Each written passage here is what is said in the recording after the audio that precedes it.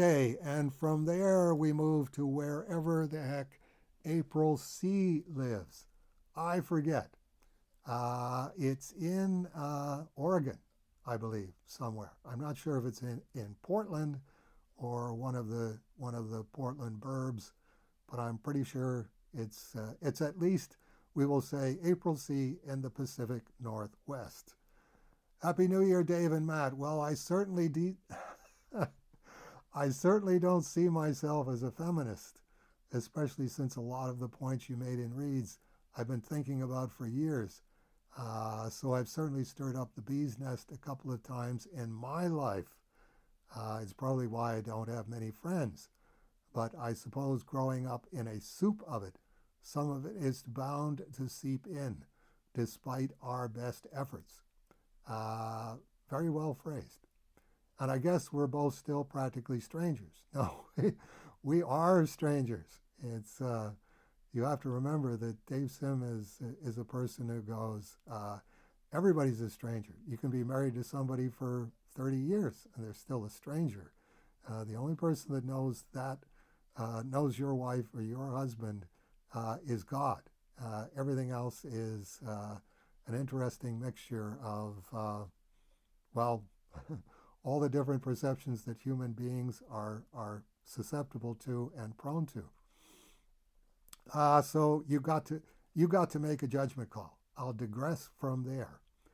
Yeah, I'm using the phrase weasel in meaning conniving and cowardly.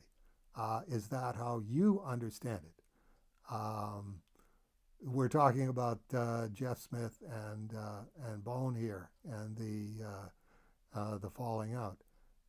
From what I understand, you helped get Jeff's comic career off the ground, and you were close enough that you hung out and went to each other's houses and discussed what you are working on and other topics. Okay, let's take those in order. Um, Helped get Jeff's comic career off the ground. Uh, there's different opinions on that. Um, Jeff was at uh, the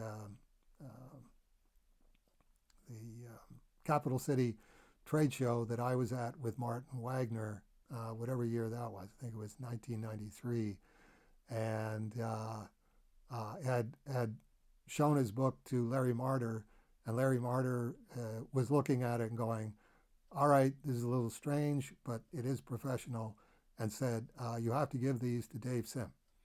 And Jeff said, uh, "Great, who's Dave Sim?" And he said, he does a comic book called Cerebus. And that really, really, really long line there, there's two guys at the end of that line. One of them's Dave and the other's Martin Wagner. Uh, Dave's the tall one. Just go right to the front of the line. Don't stand in line. Go right to the front of the line and just say, Larry Marder said, I have to give these to you, which he did. And then he gave them to me, and it's like everything went on from there. You were close enough that you hung out and went to each other's houses. Jeff was at the Off-White House once, um, sick as a dog, because we had done a signing in Toronto, and he hadn't learned the thing, particularly in a fall signing, it was a fall signing.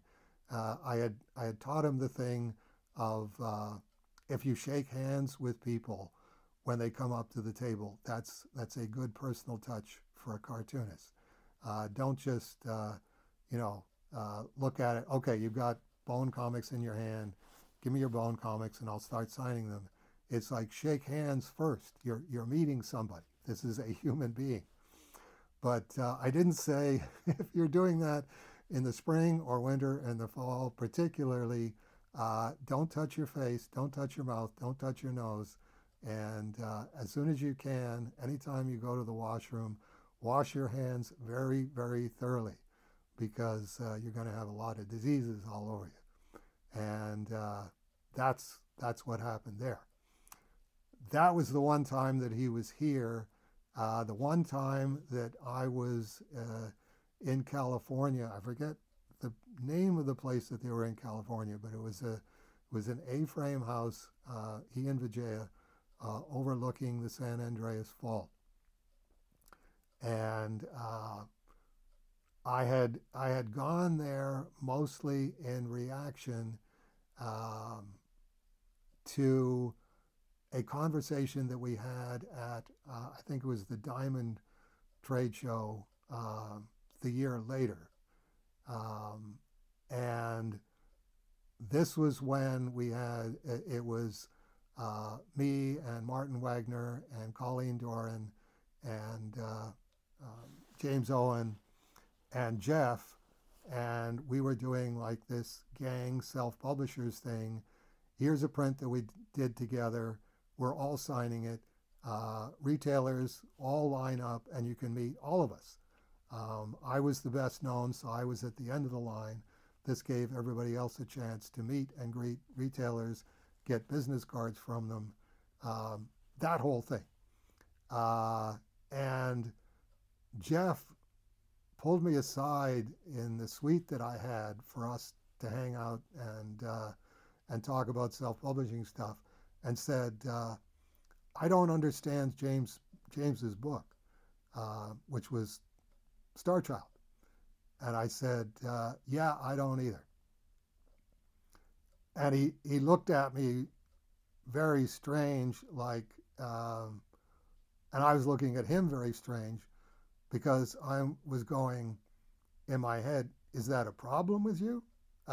Because I don't think anybody understands anybody else's book. It's some of them are more extreme examples, like Star Child, but there are, any number of cartoonists that would read Cerebus and go, and did go, I don't get this. I don't understand this book. And it's like, you don't have to understand somebody's book in order to support it and promote them. We're promoting freedom of expression, and we're supporting each other as I support your freedom of expression, you support my freedom of expression. So, and that was the only time that I stayed with Jeff and Vijaya. So I'm being careful here, because it's like I've been very, very limited in saying, okay, this is what happened. It's either in Cerebus or it's on the blog and mail. You can certainly search it out. And everything that Dave Sim has to say about Jeff Smith, here it is. I'm not leaving anything out. I've scraped the bottom of the barrel of everything that I can remember. If he had a problem with what you wrote, the proper thing would have been to come to you directly instead of slandering you in an interview. And there is the matter of the boxing match. You called out the lie. You set your terms of engagement, and instead of being upfront about setting a boxing match or declining it, he tries to surprise you on it at a con years later. No, it wasn't years later. It was right after the fact. But that was Bob Corby's space shows in Columbus. Bob Corby contacted me and said, I'm going to be doing, continuing the Spirits of Independence in Columbus with my own show, Small Press and Alternative Comics Expo. And I'd like you to be a guest. And it's like, he left a couple of phone messages, and I got back to him and I said, well, you can spend money on a hotel room and flying me to Columbus, Ohio. Jeff Smith is in Columbus, Ohio, and he's a self-publisher. And he said, I've left messages for Jeff Smith, and I've tried contacting Jeff Smith, and I never get any answer back from him. And I thought, oh man, this was my agreement with all of the self-publishers that I helped. Was you're going to be interrupting my life, and all of them did. I got a question about this, and it's like, no problem. I'll put Cerebus aside. What's your question? What do you want to know about? And Jeff would do that. Colleen did it less than Jeff did. Probably Jeff did it more than Martin Wagner did, although Martin Wagner was earlier than Jeff Smith in terms of, can I ask you a question about this? Um, um, so what I was saying to them was, look, this is taking up time. I'm willing to do it. And it's like, all I'm saying to you is when it comes time for you to help other self-publishers, help other self-publishers. And it's like, here's Jeff Smith in Columbus, Ohio. Bob Corby is doing a small press and alternative comics expo, and Jeff Smith won't drive across town or even answer Bob Corby's phone calls to go to his small press show. And it's like, that definitely upset me. So, but it wasn't years later. It was like, okay, if you read Dear Jeff Smith, this is what I said to Jeff Smith in print, saying, okay, it's now years after the fact, after the interview, because it took me that long to figure out how do you answer somebody threatening you with violence when they didn't threaten you with violence? It's like, and why is it that this comic book field of really squeamish women who go, ooh, ick, violence, oh, that's terrible, you're just a big bully. It's like, I didn't threaten Jeff with violence. He said he threatened me with violence, and then stuck to the story. So it's like, I'm going to leave it at that and say, the best thing that you can do as any kind of an historian, and comic art historian and cartoonist historian is no different. It's like, if you want to look at this and say, okay, who's right on this, then okay, here's everything Dave Sim had to say about Jeff Smith and the boxing match and issue 186. And okay, here it is. Is this consistent?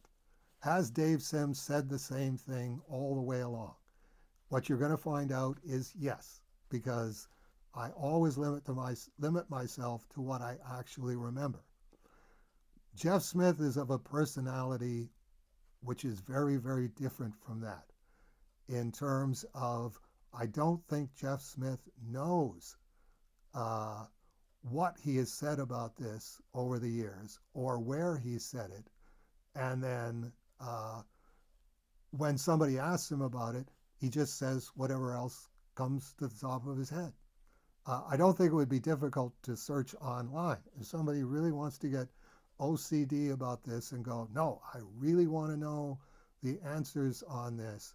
Okay, just Google search Jeff Smith on Dave Sim. Jeff Smith talking about Dave Sim, and just say, okay, here's everything that's online that that has that.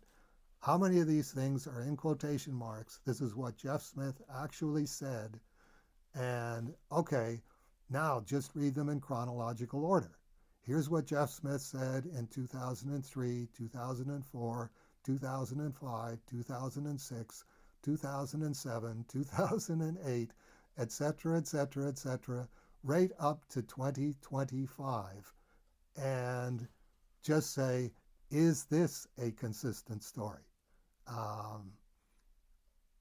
How many of these different stories don't fit together?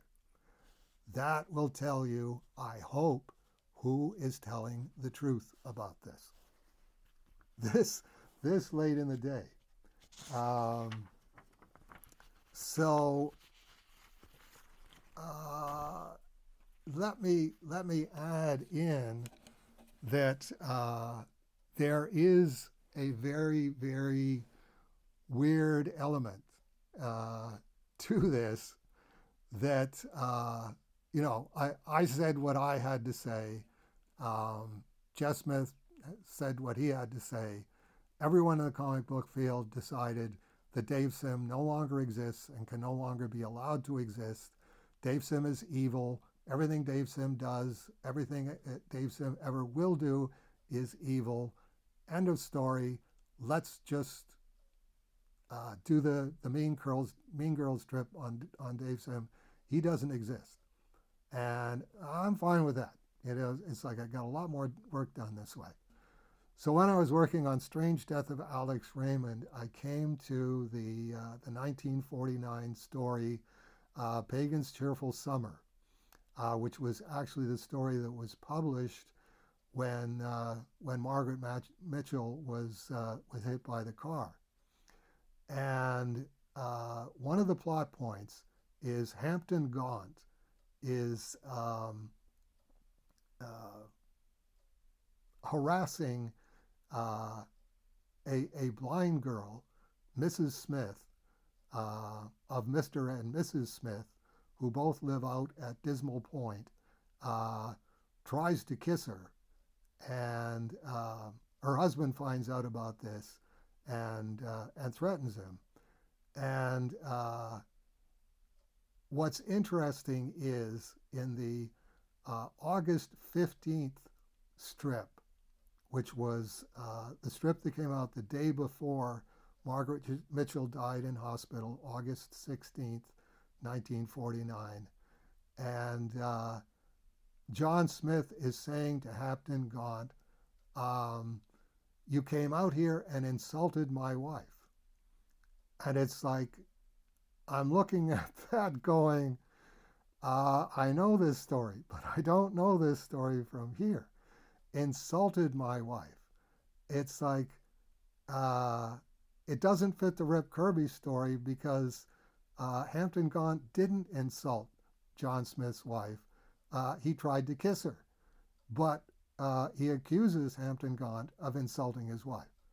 And then Jeff Smith says, you insult my wife and then you want to have a buck. I got to the point where I wanted to take my copy of my autograph copy of Bone #1, and I wanted to write on the front of it in silver or gold pen, how did I insult Vijaya Dave Sim?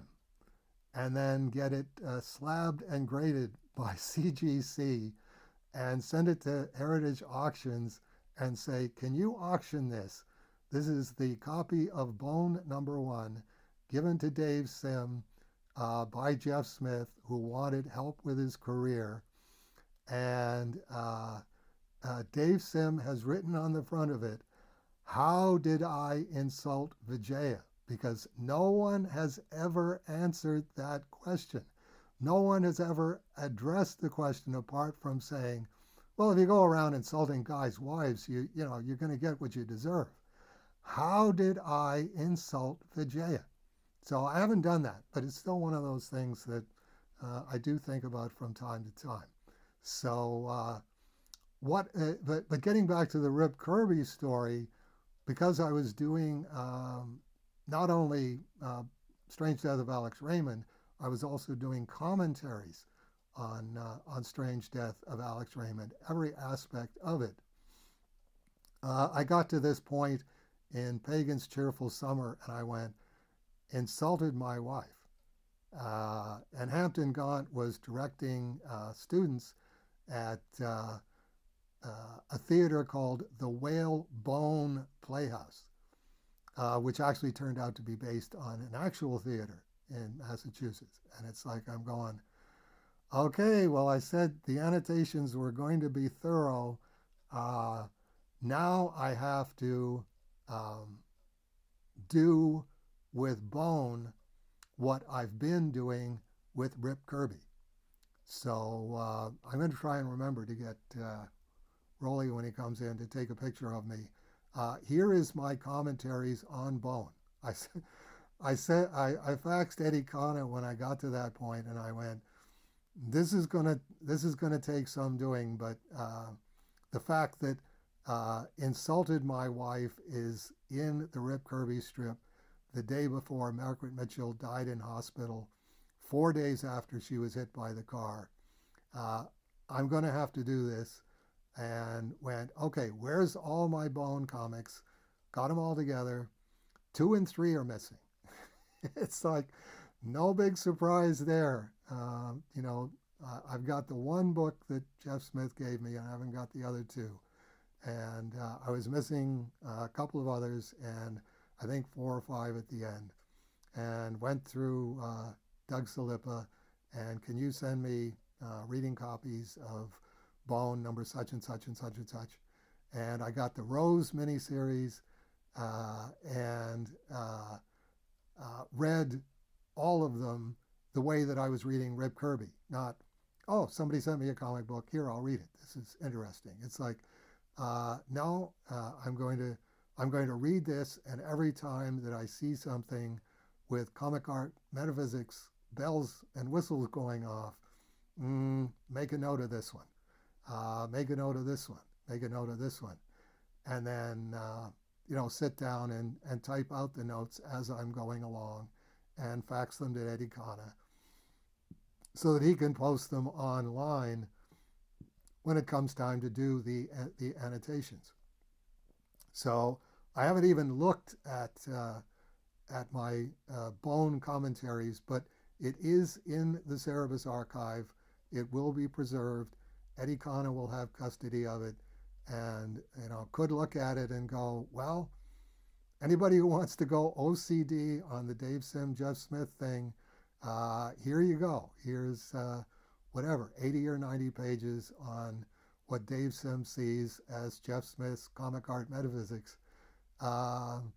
Or, we can just leave it alone. Or Eddie could look at it and reread it and go, I had forgotten most of this. I think Aardvark Vanaheim has to publish this as a book because, this many years later on, or Eddie Kana's successor has to go this many years later on. Dave Sim and Jeff Smith are still being talked about, and this is, win, lose, or draw, a lot more information. So there you go on that one. Okay, April writes. Okay, moving on from the Jeff subject. Launch streams and closeout streams is the terminology that other comic book YouTubers use for a live stream that highlights a Kickstarter launch or the close out of a Kickstarter. A live stream would be the internet equivalent of a radio broadcast. But instead of people calling in, they type what they want to say. And there's a side panel that shows the comments as you stream. Usually people use third-party software that connects to YouTube to upload the stream. I hope that makes sense. Not a word of it. That's you're talking about Dave Sim Luddite, but it does sound like a wonderful idea. So if you can email Alfonso Espinos at Studio Comics Press here in Kitchener, his Spanish translation of Cerebus #1 and Spawn 10 Spanish translation are being kickstarted at the end of this month, the end of January.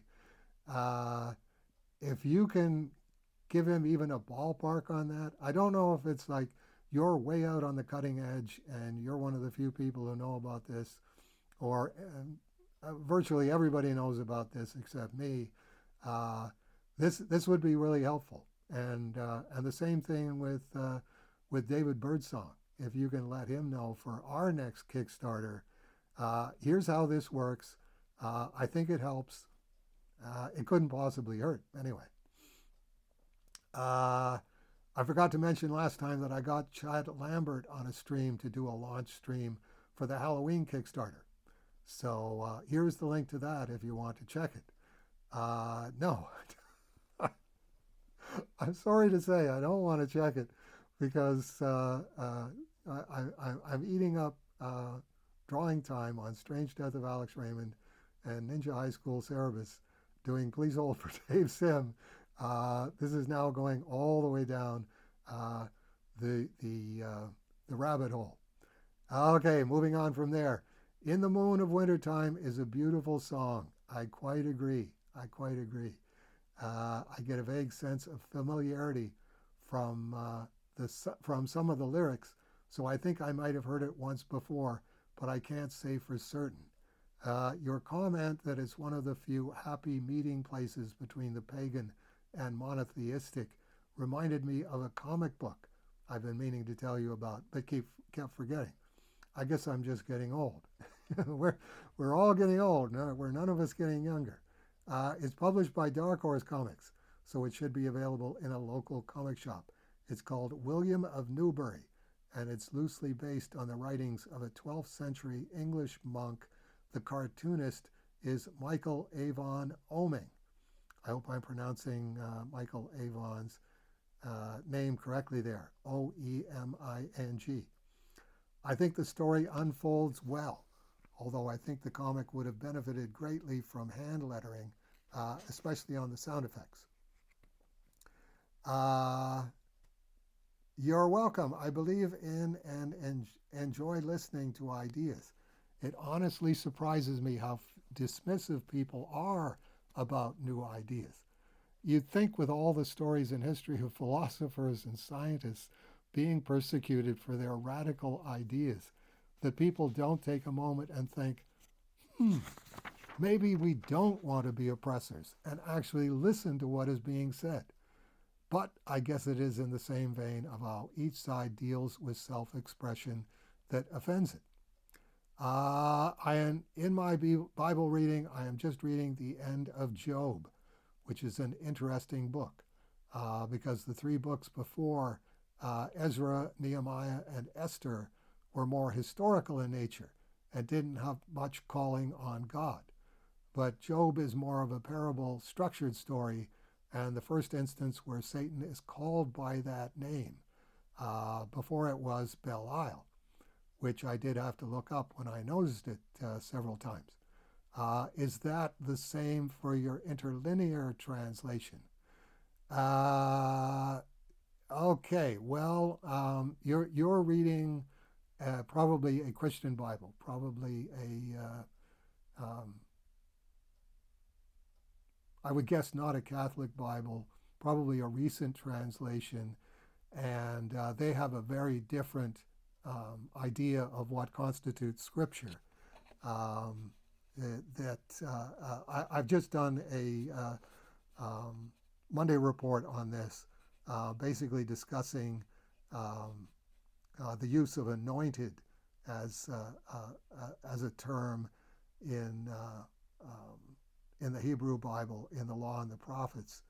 What you're talking about with Ezra, Nehemiah, and Esther, those are historical works. Esther itself is kind of questionable. That was that actually, were they all actually Hebrew Jewish characters, or was it adapted from a Babylonian story? A lot of the jury is out on that one.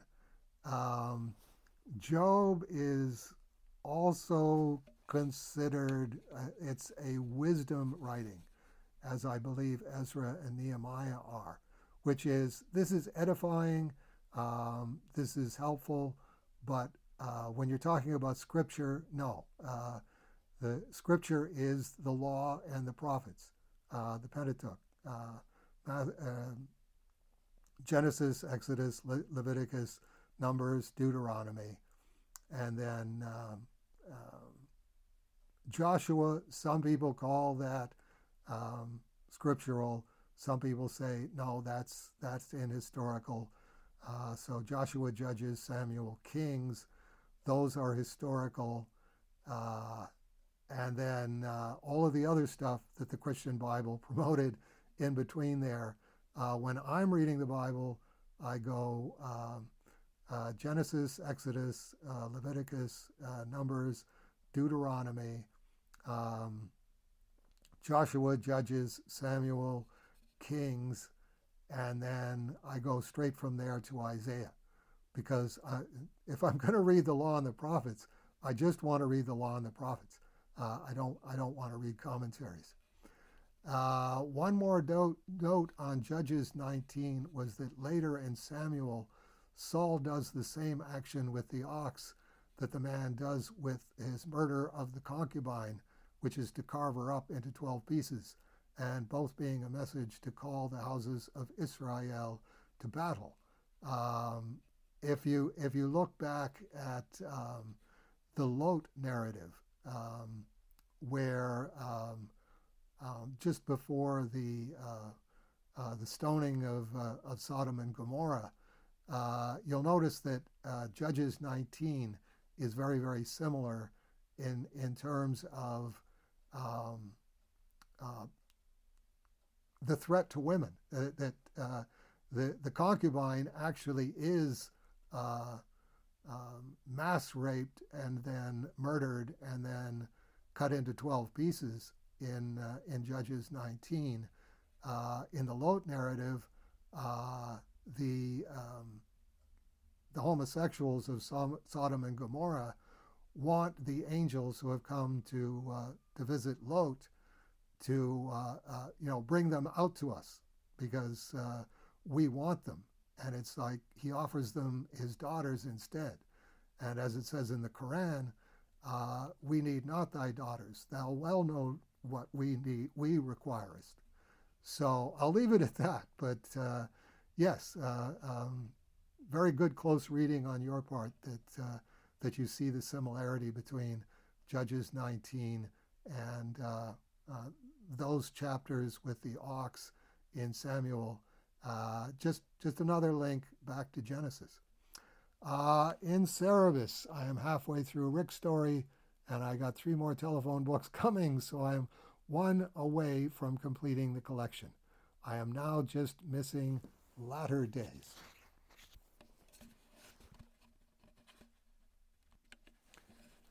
And then we have another Matt Says. And go, Matt. I'm pretty sure I have most of the individual issues of Latter Days in the Old Amok comic book prize box, and I've offered them to April, so she'll have most, if not all of it. Okay, I just dropped everything and looked. I got 266 through 282, 284 through 286, and 288. So if you have copies of 283 and 287 in the AV offsite storage, and you want to be nice to a fan, or want to demand shipping plus $10, sorry, April, but Grandpa isn't running a charity. Aardvark Vanaheim is a business. $5 American for a 20-something-year-old comic, plus shipping is a, quote, in my humble opinion, unquote, Jeff Seiler. Good deal. I'm pretty sure Raleigh will shout tree sketch and stick him under Grandpa's hand before the pen starts shaking. LOASS members get 50 points for recognizing the reference. You know, if he has the issues. Otherwise, may I introduce you to my friend, Mr. E. Bay. Anyway, back to April.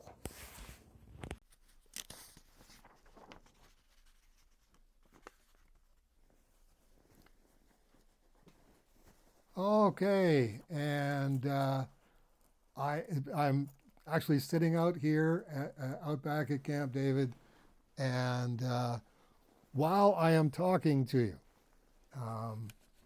I will be multitasking and opening this here pen, and I am writing now, High Rolly.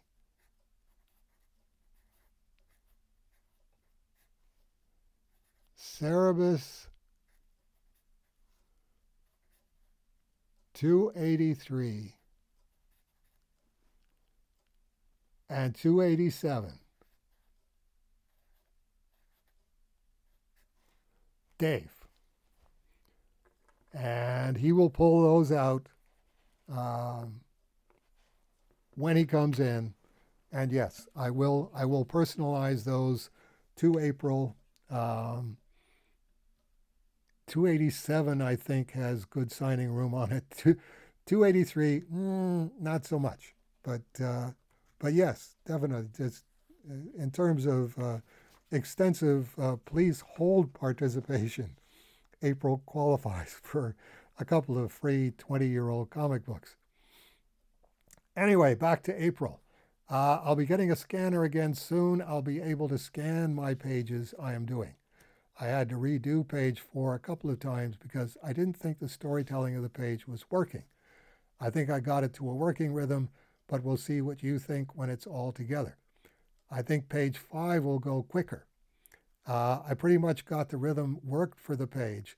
It will pretty much come down to tweaking the dialogue because it's basically you talking to Cerebus, basically like in Minds, which I honestly didn't read until after I'd laid out the page. But it is the same premise of it in the mouth of same premise of In the Mouth of Madness, where the protagonist finds out he's a character in a book.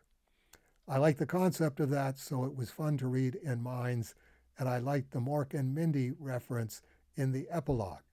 Well, thank you. It's always nice to get somebody recognizing something from that far back in my past. I thought of making the joke, quote, Dave, do we need to call CPS, Character Protective Services, on you, unquote, for abusing Cerebus. But then again, he deserves it for punting an old man off a hotel roof.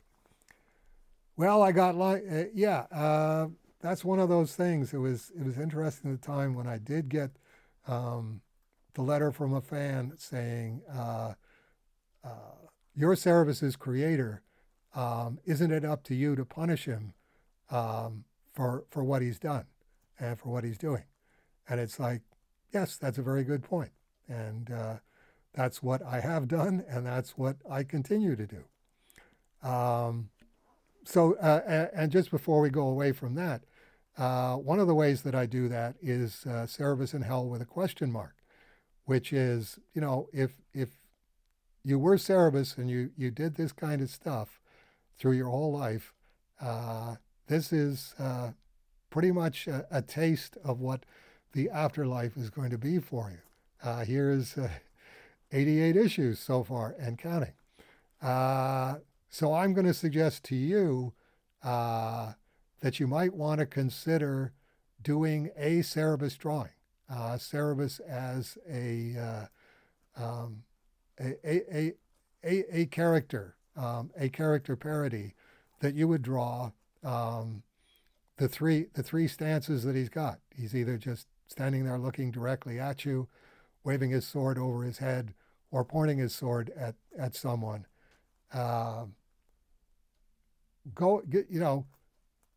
Instead of trying to do like a whole comic book or driving yourself crazy with a 5-page story, if you did those and then wrote a story around those with the Kubert font, I'll probably tweak it a bit, but you could get a comic book published just like that. Anyway, there offers on the table, April. Question, Suendius Poe, when he is first introduced, he's with the other illusionists and is portrayed as a bit of a stoner. And later he says he has dedicated his life to chess, yet he says he tries not to judge. Yet judging is the essence of chess, because you have to judge your opponent's strategy. So is that his illusion, that he thinks he's more enlightened than he actually is? One of the problems is, of course, that Suendius Poe is like the name Muhammad in Islam, or Jesus in Latin Christian countries. Which Suendius Poe is this? It's like, let me count the ways. There's so many Suendius Poes that you shouldn't necessarily confuse the Suendius Poe as an example in the first Mind Game with Suendius Poe in Mothers and Daughters. They're also illusionists, so creating the impression that you're a different Suendius Poe from the Suendius Po that people think that you are, or you want to be a different Suendius Po, and what the heck, I'm a Suendius Po, we're all illusionists. I'm just going to tell people that I'm this Suendius Po. Number two, what are your boundaries for people? You mentioned that one of your neighbors, you had an issue and told her not to talk to you anymore. So I was curious what your red lines were. Well, that's kind of a feminist way of putting it. What my red lines are. My, I don't. Countries have red lines. Barack Obama had a red line that he let somebody cross. I don't have red lines, but there does come a point where I just go, okay, that's it, we're all done. Just because life's too short. I don't want to gossip about somebody, behind her back, which my neighbor is not going to read this or hear about this, so I don't want to do that. But I will cite one example of uh, Nick, who owns the property where she's a renter, um, was doing some basic maintenance on the front of the house, uh, and a woman that he had never seen before was walking down the street, and she stopped at the house, and she walked over to him, and she said, um, "Are you the owner of this house? Or are you the owner of this triplex?" And Nick said, "Yeah." And she said, "Is Debbie still alive?" And Nick said, "Yes." And she said, "That's really too bad." So I can think of two people off the off the top of my head, three people who still talk to Debbie, um, and fortunately, two of them are upstairs neighbors of her who are I'm friendly with as well, but they're less friendly with me because I'm not friendly with Debbie. But if somebody says that's really too bad that you're still alive, that gives you a rough idea who this person is. Number three, when you feel under the weather, what is your method of treatment? I would guess prayer would be a starting point. God bless you, April. And God bless you, excuse me, as well, April. Uh, when under the weather, my rule of thumb is if you feel like going back to bed, and sleeping all day, is probably a good idea, because I like working, I like doing my work, I look forward to getting up and doing my work. So if I would rather sleep all day, that tells me that you've probably got the starting of a bug. Don't fight the feeling. Just go, okay, I'm under the weather. Definitely, anytime that I get ill, and you know, God willing, and thank God I haven't been ill for a while. My life collapses around my prayer times, in terms of if I'm if I'm sleeping, if I am going back to bed and I'm sleeping all day, I will set the alarm so that I will get up and do the ritual ablutions, put on my prayer robe, kneel down, and do my five prayer times for that day, and then go back to bed and go back to sleep.